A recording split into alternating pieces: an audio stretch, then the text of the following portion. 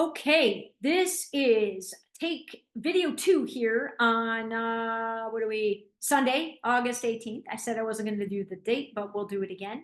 Video 2 is going to be I'm going to try to make it shorter, and it's talking a little bit about family. Now, I was not intending on sharing what I shared at the end of video 25. This will now be video 27, by the way.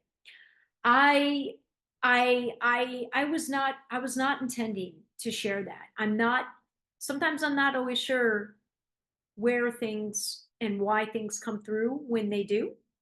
But in that night, I had done a number of takes, and it gets really hard when you do multiple takes, and because you don't remember what I don't remember what I said in which one. So after like 3 or 4, if I don't get something, I have to put it off till the next day or just take it as it is. So I took that one as it was, and it wasn't until I watched it all the way through. And, and sorry if you're just joining with this video, what I'm referencing is I just sort of alluded to sharing exposing some vulnerable wounds um, pertaining to how much it hurt to experience huge things in my life from the time I was young, with no family, nobody really in my corner cheering me on. My mom, my dad, my aunts, my aunt, I didn't have anybody there at almost all of the biggest things. Now you throw in a mainstream one like a wedding, but I ended up I had to admit to myself that a big part of me.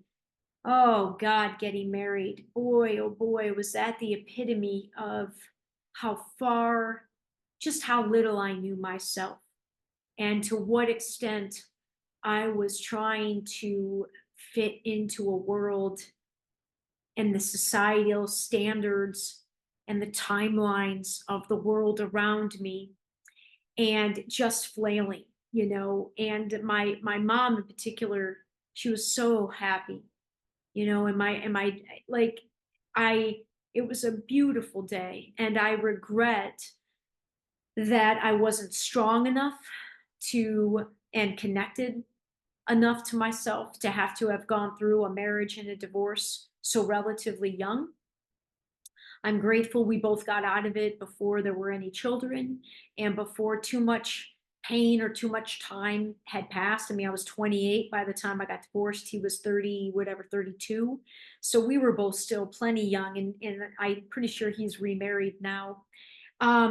So I was sharing these things, these huge things in my world where I had nobody close to me celebrating with me. And I'm able to recognize as an adult that a lot of my pushing, now not post spiritual awakening, but a lot of the blind achievements I was doing all the way through my 20s was still looking for that approval and that acceptance from my blood family. And it was particularly hard because we were a really close family up until about high school, because especially on my mom's side, there was some distance that you can maybe imagine would happen when my parents got divorced the first time from my dad's side. But my mom's side was really close because my mom was so close to her sisters. And right up until high school, man, we were close cousins. I loved spending time with my cousins and with the extended family. Loved it. In fact, we used to vacation up in Tawas, we're Michigan people, okay? So right here on Lake Huron, Tawas is in the Thumb area. And we would, when Grandpa was still alive, we would go to Tawas at the end of July every year. And I just, it was my favorite month of the favorite week of the year. I loved. All we would do is the uncles would go play golf, the aunts would go on super long walks in the morning. I'd go with the uncles a couple days, go with the aunts the other, and then we would play games and eat the rest, and just tons of games. And I've got a great extended family. They are wonderful people. And so it became really confusing to me, why I just didn't understand. I kind of understood because mom and I had a strained relationship in high school. That was really, really, really hard. And my aunts were like her best friends. So it was like I had seven moms instead of just one. And they defended her, and they thought I was a really bad person because I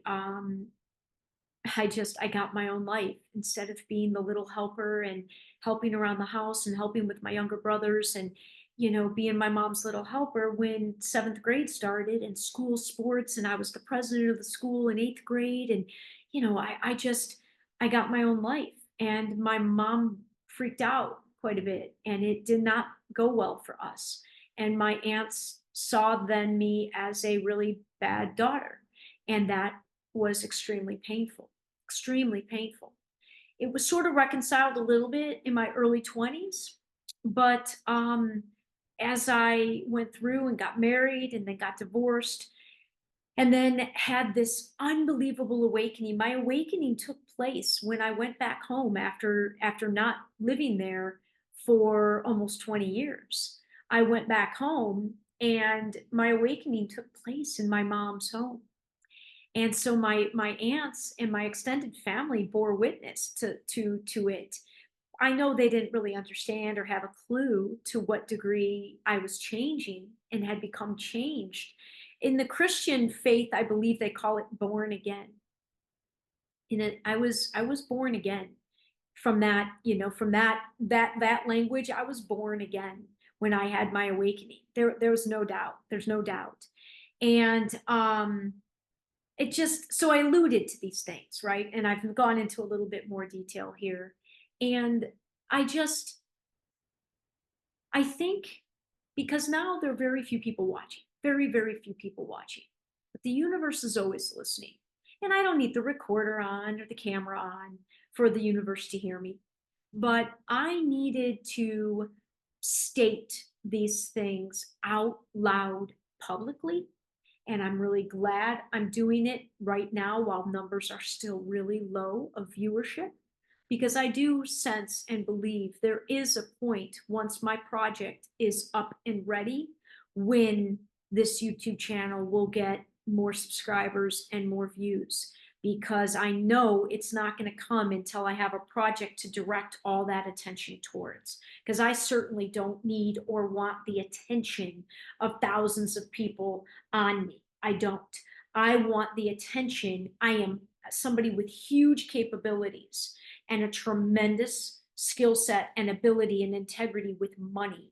And because money holds the place in our world that it does, I believe this is one of my big roles, is to be a conduit of funds, at least one aspect of my world of work. And so Ripple 2020.world needs to be completely ready before my numbers go up, is what I intuitively have kind of known from moment one. So I'm glad that I'm having the courage, because in that innocence and naivety, remember that I talked about in 2013, I shared things because at that point, the relationship with the family was still, I would say, okay and somewhat okay. But man, when I started to share, and it again, I can't control how people receive what I share. And very few, if they are especially negatively affected, have had the courage to let me know. But because I am so energetically sensitive, and because I have had some interactions with some of my aunts in particular, I can feel their energy from across the country. And there was one series, a 7 video series that I did. In fact, I revisited and reposted video 4 from that series earlier in this series. The title was Revisiting the Happiest but Loneliest Time.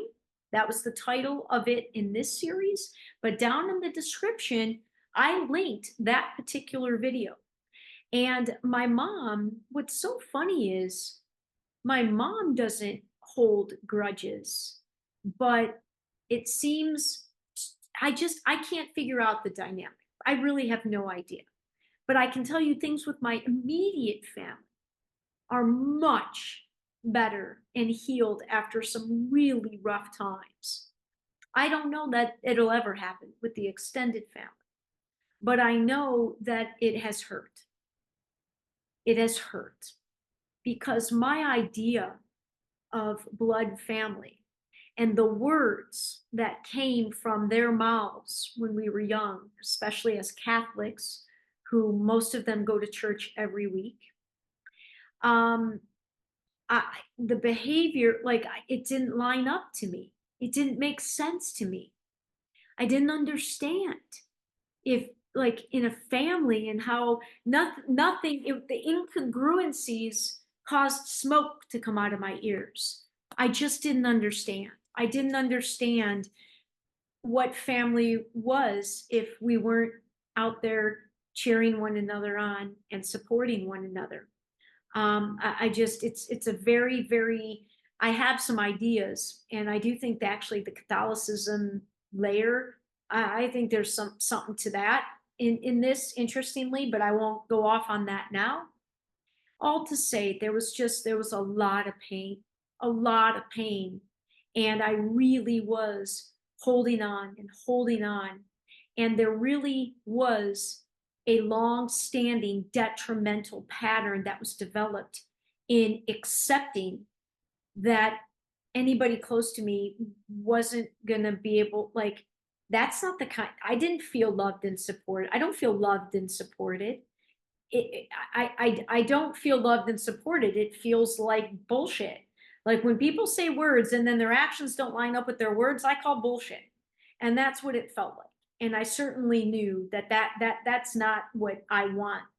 And I didn't go out and plan to be a single woman, a divorced woman with no children. That wasn't the plan. But that's what's transpired. And just because I'm unmarried and don't have children doesn't mean that I don't have all the same desires to have a tribe, a family, something that is my babies, my care. Now, of course, my kitty cats, ask anybody, they'll tell you what a nutty cat mom I am. But my work is my baby, and my soul family is my tribe. And I do have some of my soul family, I believe, in my world right now. And it is a night and day difference. But it is still scary for me. And you can ask my business partner, because he's the most recent one, where I've had the conversation where I'm literally like, look, man, if there comes a time where I reach your threshold and I upset you for some reason, and a lot of times it seems like I upset people just by being me, it's okay. Just let me know. I almost expect it. I almost expect it now, that anybody that gets too close, I will reach their threshold and they will leave. And I just think it was important for me to state these things publicly, because when I last did it, the reaction of my family shut me down. Shut me down. I knew they were unhappy with what I did. I knew they felt like I was airing dirty laundry. I knew, like, they were seething with their energy directed at me, and nobody talked to me about it. And it shut me down. And I never, ever, ever am sharing to hurt anybody. But I have to be able to share my story. And I'm not trying to share this sad stuff in any way to perpetuate it. But there are layers of my sharing. First and foremost, these wounds have taken a lot of work to overcome. And at present, right now, I cannot claim that I've fully overcome them. When I start drawing in and standing tall and my confidence with myself and allow me to be my biggest fan fully, like I am right now, and I start seeing the response in opportunities and earnings more aligned to what I'm putting out in the world and what I desire, and you know, then I'll know I have healed those wounds fully. But until then, I have to keep speaking about them because I know I'm not the only one with these sorts of wounds. Many, many, many spiritual people. I told you I'm not a real big fan of identifying as a spiritual person, but basically people that are aware and awake that a lot more is going on than what appears on the surface, people that are connected to themselves beyond this particular lifetime. Many chose at the soul level challenging immediate family circumstances. So I know that this story is not one that I'm the only one that has it. I also know there are a lot of people out there that I have no, like a lot of young people that have these sorts of issues and greater issues and challenges and obstacles. And one of my criticisms of all the great teachers and philosophers and spiritual leaders out there is you never seem to hear much about their journey too. You only hear them when they're the Eckhart Tolles and the Marianne Williamsons, and when they're millionaires and on big stages. And I refuse to believe that this is a negative thing to talk about some of the obstacles and the challenges. I think it makes it more real. I think it makes it more relatable. And it's not about playing a victim or looking for pity in any way, shape, or form. For me, allowing myself to go where I went with those things that I shared yesterday and more today with what I shared, there aren't many people watching. But I needed to state that publicly because when I am on, future speaking engagements, doing future videos in whatever capacities I am sharing or speaking, I need to know for myself that I have every right to share my story. And like I said in the video yesterday, if somebody else is hurt that recognizes themselves, now I'll never use names, but unfortunately I can't hide the identity of my parents, my brothers, or my aunts and uncles and cousins. There's plenty of them where none of them will know who I'm talking about specifically. I can't hide the identity of my parents or my brothers. All I can continue to reiterate is first and foremost, I chose them. So it's ultimately on me. I own that. I'm accountable for choosing my family.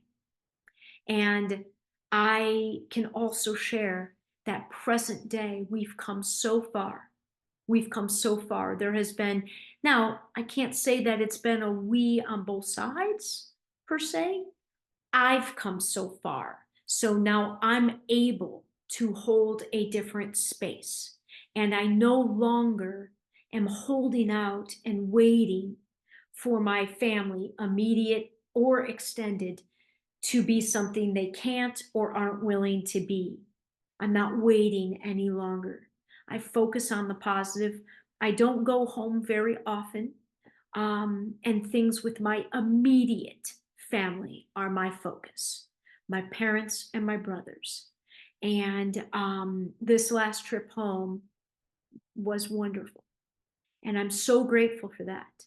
And I know how hard I've worked to get to that place with my immediate family. My extended family, there's no hard feelings. But the pain I felt with having the closeness for all those years and then seemingly chock full of judgment and criticism and embarrassment, but I will say again, how people react and treat you, it's a lot more about them than it is about you. So I'm not bearing the responsibility anymore, and I'm not going to take it personally. I'm cordial and pleasant when I see them in person. And like I said, they're fantastic people, highly accomplished, they're fantastic human beings There's just some sort of weird, I don't know, with my energy and theirs, and it's okay. And I needed to state all of this publicly because I need to trust that when and if I speak of my story and some of the more traumatic, dramatic, wounded parts, I need to remember that I have that right. And I need to know I'm not doing it to ever hurt them. I'm doing it for me. I'm sharing for me. And so, with that said, I can tell you that the soul family experience has been way different. And I'm still getting used to it because there's only a handful so far. But I believe in soul families. I believe I do have a tribe and that we came here and intended to journey together. And so I'm always eager to meet. And when you meet a soul family member, you feel it damn near instantly. And usually both parties do. And so I'm grateful. I'm grateful that I've got the few soul family members in my world because it's true support and true love. And it's humbling, actually. It's humbling and it's an honor to be seen and to see. And okay, I'm going to end it. Again, not that poignant of a video, a highly personal share, but one that I felt I needed to get out there publicly while the numbers of viewers are still so small. So thank you. Thank you again for your time and your attention. And we'll talk again tomorrow. Good night.